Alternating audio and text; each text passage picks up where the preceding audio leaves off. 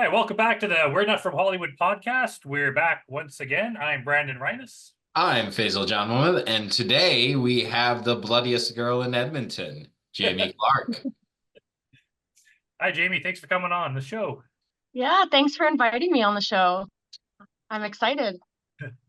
So I guess why don't you tell everyone first what drew you to the makeup effects business? I would have to say, back when I was in high school, they released the Evil Dead remake in 2013, I believe. And I was underage and I snuck into that movie and it terrified me so badly. The effects were so gruesome. And I don't know, that kind of sparked my interest in the behind the scenes work, the makeup work of all of it.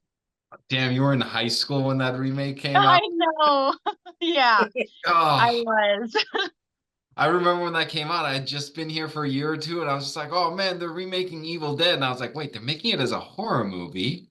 Because like Hmm. it's a comedy, and then like I just Yeah. didn't watch it, and I watched it recently, and I was just like, "This is a really good movie. Like overall, it's Yeah, I really went in good." expecting to hate. I love the original ones and I love the comedy angle to it. So I went in thinking, like most remakes, this is gonna suck. And I was pleasantly surprised when it was done. I was like, yeah, they went full horror and they went full blood. Like that was Yeah. you don't get that Yeah, gory those were someone. definitely the goriest effects that I had seen in recent years. So it was really intriguing to me. That final scene where blood is dripping on everything, that's like a callback to like the original Evil Dead, where he's like he wants blood dripping from the walls and stuff because they wanted. I think that's the Sam Raimi quote is like he wanted like blood, as much blood as it could fit into Evil Dead 1. I've only seen the original Evil Dead maybe twice, and it was also a long time ago. Comparatively, I really liked the second one. I definitely am more of a Oh fan of yeah.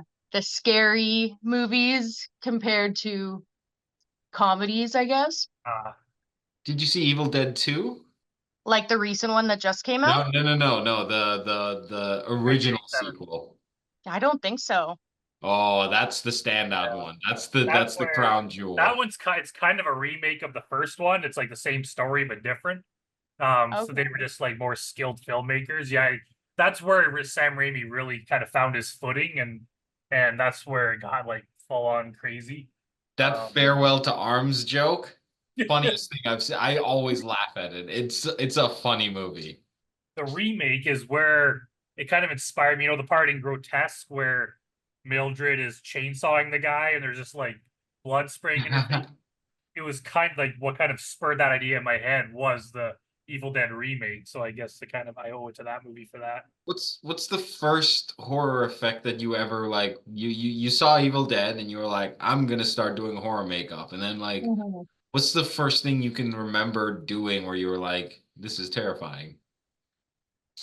Ooh, I mean, the first actual effects that I did was when I was in school still.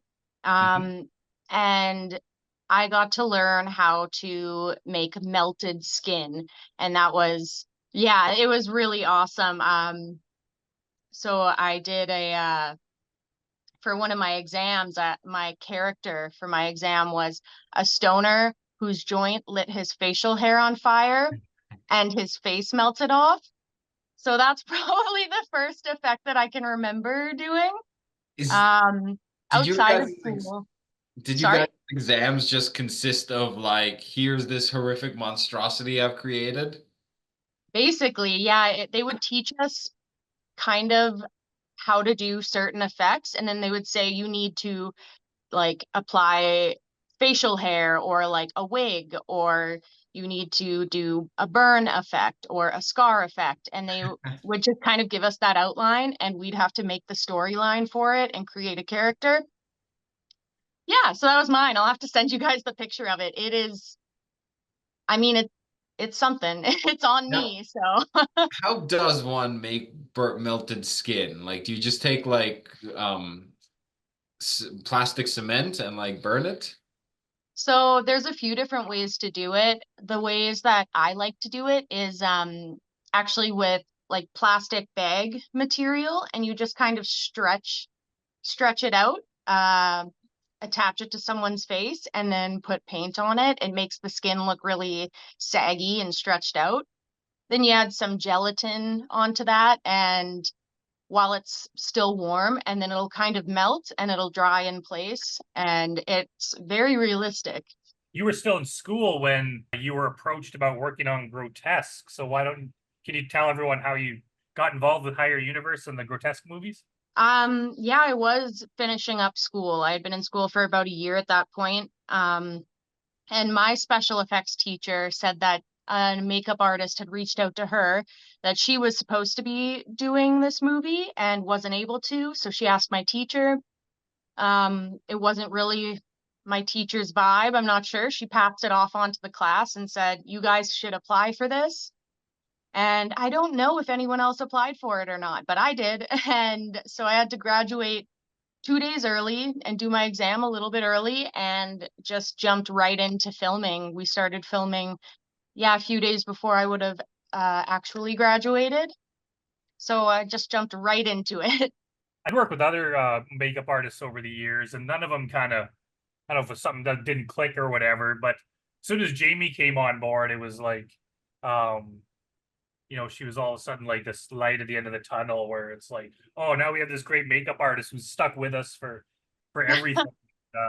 And like honestly, Grotesque wouldn't be what it is without her. So thank you for that, Jamie. Oh, that's so nice of you. Thank you for taking me on the crew. Like the the most makeup work I've done is with Higher Universe and with all of you. And I've loved every project that we've done. Yes, some have been quite stressful, but we've always got it done, and it's always turned out really great. Well, a What lot of it was too is like we're kind of figuring things out as we go. Like Jamie does more like makeup effects, where we had a lot of things that were, people getting their heads chopped off and limbs torn off. That's not really makeup effects, but we didn't have anyone. We just basically didn't have money in the budget to hire anyone to do that. So it was kind of a team effort where we're all like, our cinematographer, James Hastings, he knew a little bit about it. And so we basically all just kind of came together, and it's like, how do we pull this off? And some of them worked, some of them didn't so much. And but I think even the ones that didn't look so good, part of the charm of Grotesque is the, sometimes cheap effects. But I think people like that more than if we had have just had a multi-million-dollar budget and use CGI effects. Like I think the fact that it looks amateurish at times is kind of what makes them good. what was Part of your the charm. reaction when you saw the script, Jamie, and you were like for the first script, and you see all these crazy effects, and you're like, well, I guess we're gonna have to like chop some limbs off. Like, I what went through was your heads? excited. There was so many effects, and I mean, it was a little bit overwhelming, being that it was my first time making effects or making props that weren't just done on myself. But there was so many of them that it was a great learning experience for me. Everything that I had done in school was, guided by a teacher. They had all the materials and equipment to make certain things, which being an independent makeup artist now, I don't have. So, learning with everyone was really nice. But I loved the sheer volume of death that we had in this movie. Yeah, it was really exciting to do. I loved it. And you kind of had to do it with like no money, so you had to like find really creative ways to like pull off some of those stunts, huh? Yeah, there's, you know, a lot of deaths involving head trauma. We've learned that foam heads that you use to like show off wigs or something. They don't work so well, but dollar store budget.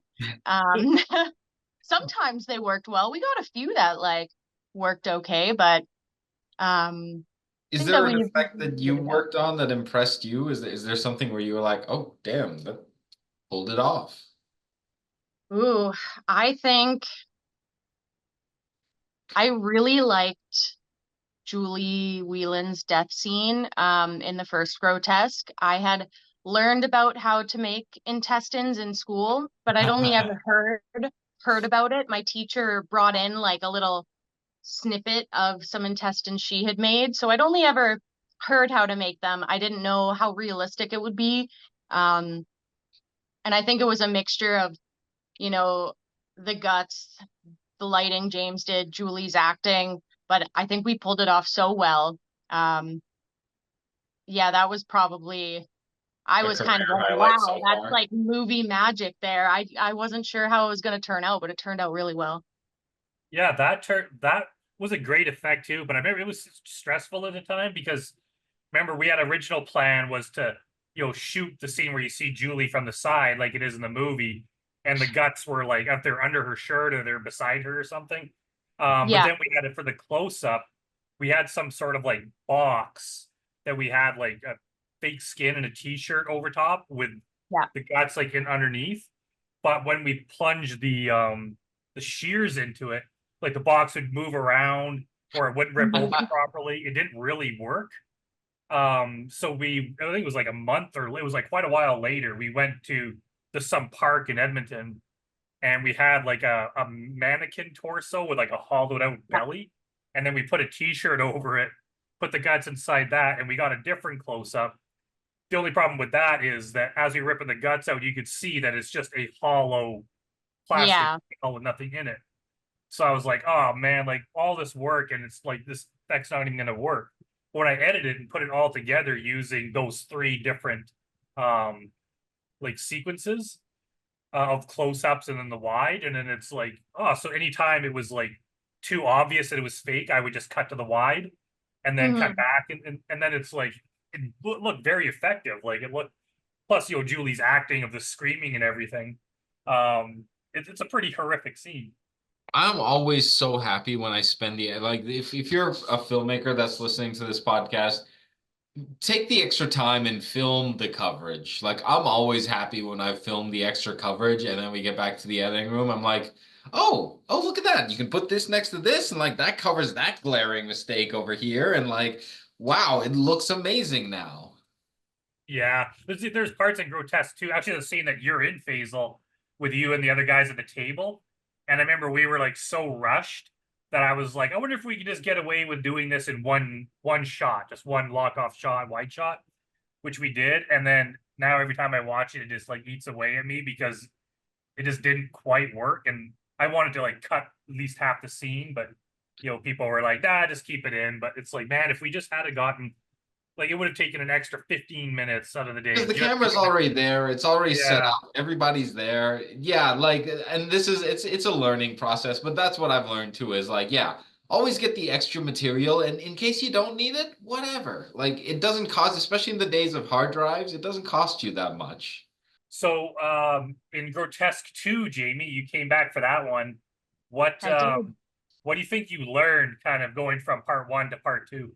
I would say not to take things so seriously. I was really worried about a lot of effects in the first movie that, I just kind of had to put my trust in like the filming and the editing process and the acting.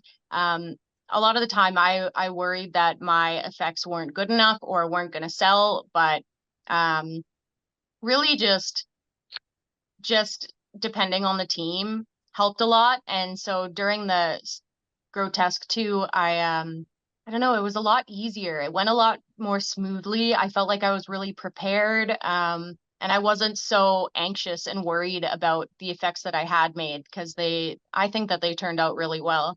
Yeah, they turned out, and I think we just like our team, we worked together more. So it was more. I mean, even on the first one, right? It's like, well, you're working with people you've never worked with before. We have to work with a new person, so it just takes a while to kind of get adjusted. But by the time part two came out, we'd done a bunch of other things, so Hmm. then it's kind of you're just more relaxed and like the pressure is not there. And I think we kind of told you too, like, especially for some of like the harder effects, that it's all the pressure is not on you, right? Like we're Hmm. doing stuff with like splitting someone's limbs off, and we have like green screen arms and legs, and so Oh like we yeah. can't just rely on you to do all of it. So it's like, okay, well you try to do the blood, and then we have other people trying to figure out how to rig up the hoses to spray out the arms, and honestly that effect didn't really work that well, but it's it still gets a laugh. So Yeah. um so Is I think just we just learn from one project to the next and get better over time. Mhm. Is Grotesque 2 the first time you worked with a green screen as an effects artist, Jamie? Um, I'm not sure. Did we use any green screens in any previous projects, Brandon? Uh, we did. I'm not sure if we did for effects. Like I know for like Mhm. driving scenes and stuff we did. I Oh can't yeah. remember. Yeah, I For don't. Well, Unhaunted, did you guys use a green screen? We if for we had Oh, a not Unwanted green Two we Unhaunted. screen did, shoot for Yeah. something. but Jamie wasn't. There was no effects in that part, so Jamie wasn't a part of it. But How did um, how did, how did you find doing makeup for a green screen? Like, is there anything there that like you had to think differently about, or was it just all the same considerations as doing makeup generally? I mean, there was a lot to consider with the green screen, but I think it was more like costume wise, having to hide her like real body parts, even though she was wearing the green screen, having her outfit be a little bit more stretched out. Um, but effects wise, it was a lot of the same work that I would do severing any other limb. Um, yeah, it was more just trying to hide her body parts. Even though the green screen was there. what do you think is your favorite kill from Grotesque 2? Ooh, that's a hard one. I still think just because of the day making it happen was Chris Schuler's death, jumping onto the spike and cutting off his penis. That No. just that whole day was so much fun. Even though we might have terrified the daycare across the street while filming, it was just, yeah, Across the it was just so street. much fun. Now, can I Were you ask? there for that, Basil? I did not. I was not. I didn't know there was a daycare across the There street. was, yeah, and the kids were outside playing. I forget if they had complained or if it was more just our preference, but we brought out like mats to kind of make a makeshift wall the next time that we filmed a death scene out there. Um, yeah, because there was many children that Now, got to And see that happen. was that that's why we was had to that redub Julie's line because Julie has that part where she's yelling at Elizabeth and she's like, "Get back here! I'm going to cut you open and bathe in your fucking guts." what And did there's she like other actually kids say? playing across the street, so it's like, okay, Julie, just whisper your line, and then later we'll just like ADR it. So that's what you see in the final movie. It's Was at that least we're friendly enough. Yeah, we're not just going to like traumatize kids for the sake of a low budget horror movie. was Yeah, I Chris mean, Schuler's death inspired by Cannibal Oh Holocaust? yeah, Like, yeah, absolutely. well, on Uh, the effects side of it, Jamie, did you take any cues from Cannibal Holocaust and how they pulled that effect off, or did you just go at it independently and you were just like, we're gonna figure this out? I went at it independently. I know that Caitlin was a big part of making that effect happen. So I'm not sure if she took any cues from it. I was more the blood girl. I just supplied, the blood coming out of his mouth. I helped them bloody up the spike, but she really built the rig The actual around rig. him sitting on it. Yeah. So yeah, for But me, it Caitlin was was quite just adding instrumental blood in to the right places.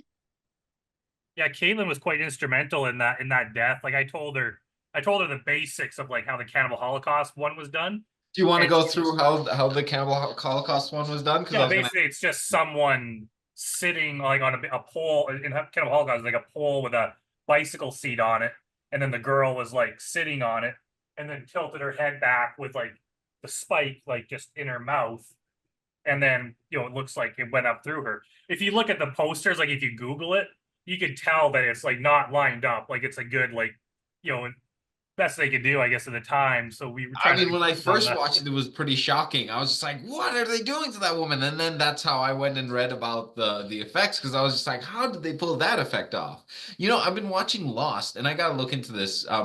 This is a different thread that I want to explore in a little moment here. But like, how similar was the rig for Cannibal Holocaust to the rig that ended up being used on Grotesque? It was fair, like it was some sort of like it was like a more like a seat. It was like a metal seat, but I didn't know. I remember Kate and I were talking about it. I was kind of like worried, like how are we gonna pull this off? And she's doing like a million things, right? She was doing costumes and props and set And by deck. the way, I want to say it again. Jamie and Caitlin in the wardrobe department made Grotesque too. Oh Like yeah, you guys, the wardrobe selections you guys made, man, it just sold the entire movie. absolutely. Yeah, I didn't find out until we were basically on the verge of shooting that scene. It's like, we're finishing one and okay, we're going on to do the spike scene. And I was like, I'd never seen the contraption. I didn't know. It's like, what does she have planned? And I was like, what if it doesn't work? So then they showed like, here's this thing and it's a chair. And then they just had some sort of like, I don't know if it was like construction paper or some sort of material they made the top of the spike out of. Jamie covered it in blood. And then it's like, holy crap, does it look good? And then the base of it was covered in green screen, so we could just like key that out. And of course the rest of it is so like we couldn't film him actually landing on the spike. So we just have it like Elizabeth watching him and then watching him fall, then we add in a sound effect, and then we cut to him already on it, but it's very effective. You let the audience can imagine way worse than what you can show. So That yeah. definitely Exactly. got a disgusted reaction in the theater. How does that feel for you, Jamie, knowing you worked on that and seeing people go like, ugh, or like turn away? Like, is that where you're like, yeah, got him? I think that is probably my favorite part about making movies is the reaction, especially from the independent film community. Um, Even in the first Grotesque, that was my first time ever seeing work that I had done on the big screen and just people's disgusted reactions. Like I couldn't contain the smile on my face. I was so excited and like giddy about how people were reacting. I don't know how to explain the feeling of it. It's really great. Um, yeah. I love and people coming up after the movie's done too and being like, "Oh, like I was nauseous during this scene," or "It looks so realistic. How did you do that?" And just knowing that it was appreciated by everyone there was a really great feeling. And it's things that people don't notice is good effect work in a show until you talk to them about it, and then they start to realize how big of a thing it is. I was going to bring up, I just started watching Lost again, and one of the episodes that I just watched, someone had a cut on their face and they needed their face stitched up, and like on screen, it's a single shot. It doesn't cut away or anything. He puts the curved needle into the guy's face and pulls a stitch. And Hmm. like I was just like, oh man, that's a crazy scene. And then I started thinking about it, and I was like, how would they have pulled that off? Like, because there's no cuts, there's nothing there, and it's like pulling the thing. Did he actually stitch him? Like, there's things people don't realize is the subtle touch until they think about it, and they're like, yeah, without that, like you would have no movie or you would have no like show. Oh yeah, even in just any show that doesn't have like injuries or like that isn't a scary movie or TV show, there is makeup and special effects in pretty much everything that's on camera. It's kind of crazy to realize, and I didn't even notice it until I got into the special effects makeup side of film. Now when I watch any movie or any TV show, I'm like, oh, I wonder how they did that, or like even critiquing where I'm like, I can see their edges. Like I know that's a prosthetic. It Yeah. ruins watching movies for you because now you're just like always watching to be like, how did they figure that out? Yeah, exactly. What would you say the funnest part of like working on a movie set is doing makeup? The most fun part is just being able to do something that I genuinely enjoy with like really cool people. Um, Making all these friends in the film community and just getting to spend like a whole day doing what we love is the most fun. Having all these people around that have like a similar interest and want to get to like the same finishing point. And then just like having laughs along the way too. Like it doesn't feel like work. Yeah, I always say like the worst day on an indie movie set is better than a A good day at any great other day at job. like the factory. Yeah, Yeah. yeah, yeah. There was a lot of, and it's kind of funny. Like it is a team effort because it's like we have limited resources and money for the makeup effects and stuff. So it's kind of like, well, we'll do the best we can, and we'll edit around everything else, and we kind of somehow make everything work. Like in Grotesque, the first Grotesque, there was during the montage, Mildred like bashes that guy's head with a bat, and his head like explodes.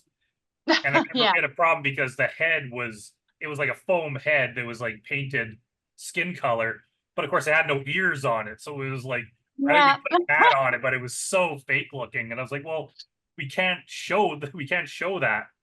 But I was like, what if we just showed instead of showing the head, we'll just show the part where she swings, and I'll speed it up to like 4 times speed, and then so it happens so fast and you just see the head explode, but it's so quick that you can tell what happens, but unless you stop and go frame by frame, you Frame can't by see frame. how cheap it Mhm. looks. But otherwise, it's like we would have had to cut that. But it's like, okay, we'll make that work. And then the part where Mildred kills the waitress with a tire iron, like Yeah, that head just with a like the hollowed out flash on the face. screen. It Yeah. looked like the head. It looked really good, but it just like it didn't cut right. But it's like if I just edit it where you can't see the not so good bits, and then yeah, that got a huge reaction in the crowd. Everyone's like, "Oh!" Like they were disgusted. It's So always those, and then the ones that you're like, didn't you? The one where you're like, I'm gonna pay the most attention to this. It doesn't get any reaction. You're just like, that one. yeah, you never know what people are gonna like, but all the Gravitate kills to it. either got a disgusted reaction, some of them got a laugh, like they all got some sort of positive reaction. Like if it had been silence in the theater, like everyone was staring Well, at the board, that would have been terrible. So I everyone was loved gonna it in bring some that way. up. I remember at the Grotesque premiere, like basically there was not a silent moment throughout the whole movie, and I, because you did multiple screenings of that, right, Brandon? You did two Yeah, screenings of that? yeah, we just did two, yeah. Okay, and I was just there for the one, but I'm assuming through both, like it was just a noisy, loud, laughing theater, like Yeah. You that. never hear that in like a Hollywood movie, like going to like a quote unquote real movie at a theater. You're gonna lose. It always loses people's interest, but yeah, when you make a movie that doesn't lose people's interest and like keeps them engaged, that's gotta feel really good. Yeah, even if they're laughing at it, like, oh my god, that was so bad. It's But like they're whatever, they're watching the watching it, they're movie and entertained. like, yeah. It's like bad movies are good too, right? As long as there's something there. Like there's a lot of Hollywood movies that are good. It's like, yeah, that was well done, but it was kind of boring as hell. I don't want to watch it again. Whereas people on the internet are like say that they've watched Grotesque like over and over again, and they kind of get something out new out of it each time. Mhm. Because it is like there's It's just I wouldn't say there's like a lot of depth to it, but there kind of is. There's just something there where it's just like fun to watch. And I think I'd rather make that than like a artistic movie that wins a bunch of awards, but it's like it's kind of a chore to sit through. Like that's not the kind of stuff I want to make. I was gonna ask about your t-shirt and if Jamie has been to a Gwar concert and if she enjoys it. I've never been to a Gwar concert. Do you know No. the spiel? No. Brandon, why don't I let you tell it? Like, oh, do you know who they are? Yes, I do. Okay. Yeah, they're well, I guess what back in the day was considered a shock rock group where they dress in costumes and Mhm.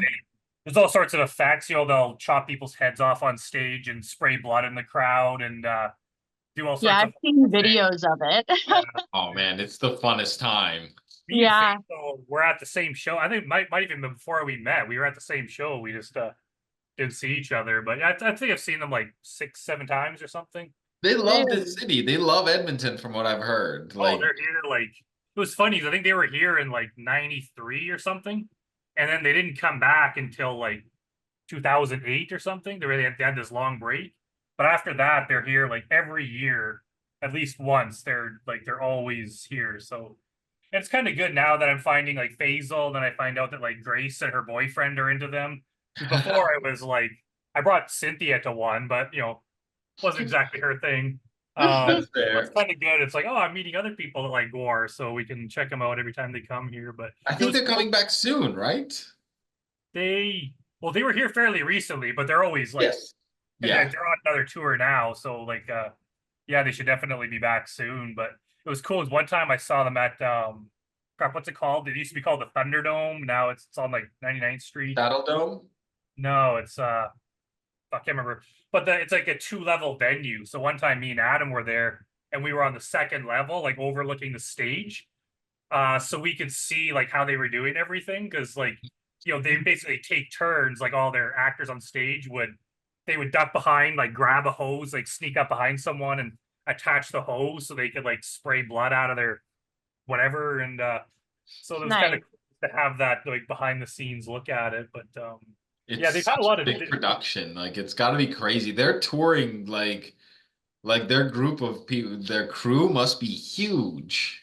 and it's funny because I watched there's like a gore documentary. I think it just came out like this year or last year, Oh, and it's really interesting. That shows how they start. Totally reminds me of like us, because they were like they started. They had people making the costumes, and they had people making the blood, and but they all kind of worked together. Like, you know, the guys in the band, like they'd all sit there making paper mache heads that they could chop up, and you know they just had limited money, and well, they uh, came out of that like New York hardcore scene, right? Where it was all like DIY and do it yourself. yeah, and they were like different, right? Because they, you know, they were partly musicians, but they were also like, you know, it was like a theatrical thing, right? Mhm. And they had like a story to it, and they had like other characters that, you know, they have their slaves, and then, you know, Techno Destructo and Sawborg Destructo, like they have all They their, have movies too, right? They yeah, have. they have a bunch of movies that are thankfully, well, some of them I'd say look even cheaper and more amateurish than what we do. So I've heard. I've never seen a Gwar movie, but I've heard they are very like cheaper than air.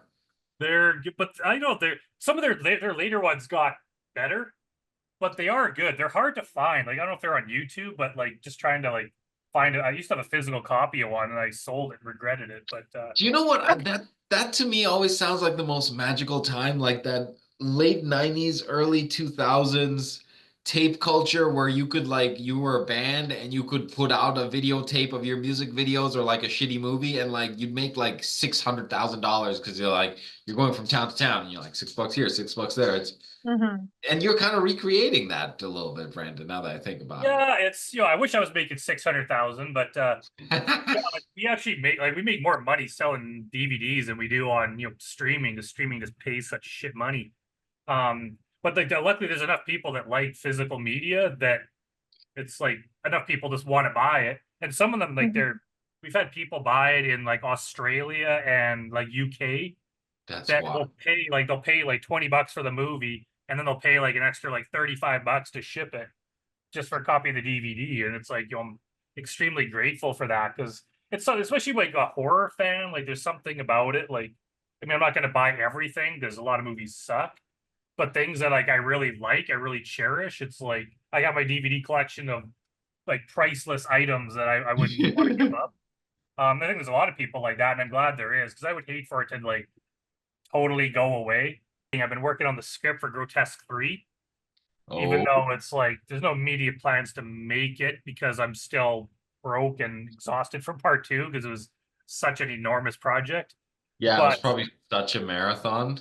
it was, so I like, you know, the thought of having to do another one right now is kind of, you know, fills me with anxiety. But I've been working on the script, and it's like it's obviously doable, but that's always the funnest part, where I'm just like, now I get to come up with like 30 new kills that we can do. So I'm just like, what's like the wildest thing I could think of that we haven't done yet? And there's gonna be some good ones, that's for sure. Yeah, I mean, if you ever need help coming up with kill ideas, I can, I'm sure I could think of a few. I mean, we could have a bit of a group effort. We could always add in one more. It's happened, but with the first Grotesque, we like we had the basic story, like we had, I think we might have even started shooting or something, but basically the script was too short. So we're like, we need some other kills. So that's why we added in like the teacher getting her eyes taken out with the wine fork, or with the Mm, wine screw thing, Death and by the committee. boyfriend getting beaten with the ukulele. We had to add in a bunch of things. We had mm, to add a bunch into the montage because that was too short. So while we were going, it's like, hey, let's come up with like 5 new kills, and then I think that's where we did like the bow and arrow and a bunch of other things. So yeah, that's kind of the funnest thing, is like, here's all these crazy shit we're gonna do, and then the next step is like, how are we going to actually pull this off? But I guess that's where Jamie's expertise will come into. yeah, I'm glad you added the corkscrew eyeball death. That was probably That was up there, one of my favorites in the first Grotesque. It looked so good. It gave me a great picture to post on Instagram. Yeah, like not only her like gouged eyes look good, but also just when she was like rinsing the eyeball in the sink. Yeah. That was a really good Like, what's one. It was literally just cotton balls and fake blood. Oh, That's all yeah. that I put on it. I just like wrapped it around the corkscrew and soaked blood through it. And then when Elizabeth or when Mildred was pulling it off, it really worked. I wasn't sure how it was going to work, but That looked definitely got good. a reaction in the theater. Hmm. Like anything to do with eyes kind of bothers me. Like that part in Hostel, where the chick has her like eye cut out. Oh my God, Hmm. that's the worst. I never revisit Hostel because of that scene. That scene is I scarred. watch it all the time. I love that movie, but Oh it God. takes a lot for me to look away. And that's one thing where I always avert my eyes because that's too much. Yeah. Yeah, there's going to be some good ones in part 3. I'm excited to get them done. What you worked on some other projects that we did, Jamie. Some of them were easier, like the I'm Haunteds. You Hmm. would basically just come in for like a couple hours and do. I know there's some bruises you did. There was like some scratches you did. In I'm Haunted 2, actually, I felt bad because I had to cut that scene where because he had scratches on Danielle's leg, Yeah. and it was kind of my fault because like the scratches were like it looked like a pretty horrific wound. Like it looked really good. But the thing is like after she never kind of like mentions it again. But I think Hmm. if you were injured that badly, like you would have to go to the hospital or something. And Yeah. I didn't make the story around that, so it didn't make sense that she had these insane gashes on her leg, and then next scene she like forgets about it. So I was like, No, oh, that's fair. I have to cut like the only scene with Jamie's makeup in the movie, but I had to do what I had to do. Yeah, that's one of the difficult parts about just joining in for like that little bit of a scene is I don't really know the story around it. And you can only get so much of the story when you pop in for an hour or two to quickly do the makeup. But I got some good pictures of it, so I'm not too upset that it was cut out of Yeah, the movie. it did look good. Yeah, and then I Yeah, did the bruises on. It hasn't been released yet, but he did the bruises on Maya's arm. yeah. Um, what other projects have you worked on? I did horror show with you. That one Oh, was wait. really fun. I think was that the one with Faisal's squishy head Yeah, scene? that Yes. was Yeah, that that was one so was fun. awesome. I did not know how that was going to turn out, and it looked so It good. looked I love really that. good. I honestly think that movie, like we kind of like ran out of steam and I'm trying to get it finished, but it's like we're Hmm. so close to the end that I think the some of the kills and the effects in that are gonna like blow Grotesque out of the water. Like some of them, like we just had more experience and some of them just turned out so well and like Oh, and um I'm glad that they turned out well too, because a lot of it was us doing like trial and error for future bigger projects to see if they would turn out good. yeah. And yeah, I'm excited to see them when that movie gets finished because, some looked really great and some looked not so great. So we'll Yeah, see that how it one goes. where Jordy like uses the machete to slice Katrina's head open in the cemetery and like cuts Oh her like yeah. that. I shared that on Facebook like the day after we did it. And to this day, it's still by far like my most popular Facebook post ever. Like it got like hundreds of likes on it because it was like, holy shit that ever like looks so good. I'm Um, glad that that one turned out as well as it did. yeah, there's that one. There's Faizel getting his head crushed. There's a few That's a others. good one. The guy getting his head punched off. That was not so Oh, much like a gore effects, but it does get like a huge laugh because it's so ridiculous. I mean, Um, and it's another foam head, so you clearly see that he has no ears.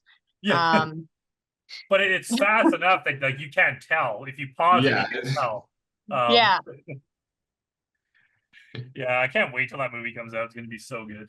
So what's coming up in the future for you, Jamie? I had Laura reach out to me for a potential film she's working on next year around June, I think. And I told her that I was interested in that. But outside of filmmaking, I've been doing quite a few photo shoots with Halloween coming, where me and a few friends have been recreating some like horror classics Oh yeah, and I saw some of your pictures. Yeah. So we just did the Texas Chainsaw Massacre. That one was really fun. I wish that we had a few more people in on it because it was quite a small crew for it, but that one turned out really well. And I think the next one we're working on is we're trying to get outside of the recreation of horror movies, but there is a phenomena or scary story type thing called Uncanny Valley, which was pretty popular in recent months on social media. So we're gonna try to do a photo shoot around that, which is just the unease you feel when you see something that looks like it could be human, but it's not. So that could be an interesting one. I'm excited to see how that goes. Where can people find that? Well, what's your Instagram handle for that? My Instagram is jamie.themakeupartist. It is so catchy. And you've mentioned too before that you kind of want to get involved beyond just doing makeup. Is that still something you're looking to pursue? Oh, definitely. I feel like I have such a limited amount of knowledge just doing makeup that I want to kind of get into the other jobs of filmmaking, seeing how things are done behind the scenes, getting closer with the crew too, because I just really enjoy spending time with the whole crew that we work with. The collaborative atmosphere of it is part of it. And it always seemed kind of weird, it's like we're all working on something, Jamie's part of the team, but it's kind of like, go sit over there, Jamie, and wait till we call you while we do the work. And then it's like, all right, Jamie, now it's time for you to come, right? No, So I can see why. rush. Yeah. Yeah. Rush ahead now, quick. Yeah, exactly. You mentioned Laura Fuentes' project. She'd mentioned wanting to direct something, and I had that script called My Year of Nothing. And I would kind of I was looking for someone else to direct it basically. So she read the script and loved it, and she wants to do it as her first feature. So we've been working on that. We did a photo shoot for it last week, and it's coming along. So it's going to be the big project next summer. So it's Brilliant. yeah, That's cool. Yeah, she's I not only haven't heard directing, much she's about playing the it. lead role. It's going to be weird. I think people are going to be like, Brandon wrote this? Like, it is the complete opposite of everything else I've done. It's more of like I'm looking forward to that because I don't think you've told me about My Year of Nothing, right? yeah, it's like kind of like a coming of age drama kind of thing. I Um, love that.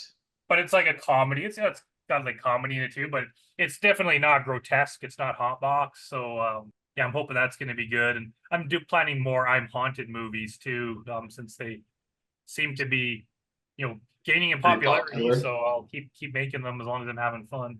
All right, well, we're almost out of time here. So thanks for coming on the show, Jamie. Of course. Thanks for asking me to come on the show. Yeah. It was nice to talk to you guys again. It's been a little bit. Yeah, I know. It just seems weird that like kind of when the movies dry up and then it's like you just don't see everyone. And You're then just so when you're shooting a tired. movie, all of a sudden it's like you're back in school where you just hang out together nonstop for like a month. And then Yeah, it's you're Yeah. just like in the mud together for like forever, and then you're like, well, I'm never gonna see you again for another Yeah. 3 months. But yeah, no, we always find a way to make something happen or someone doing something. So, all right. So, thanks for watching, everyone, and we'll see you next time. See you next time. See you next time.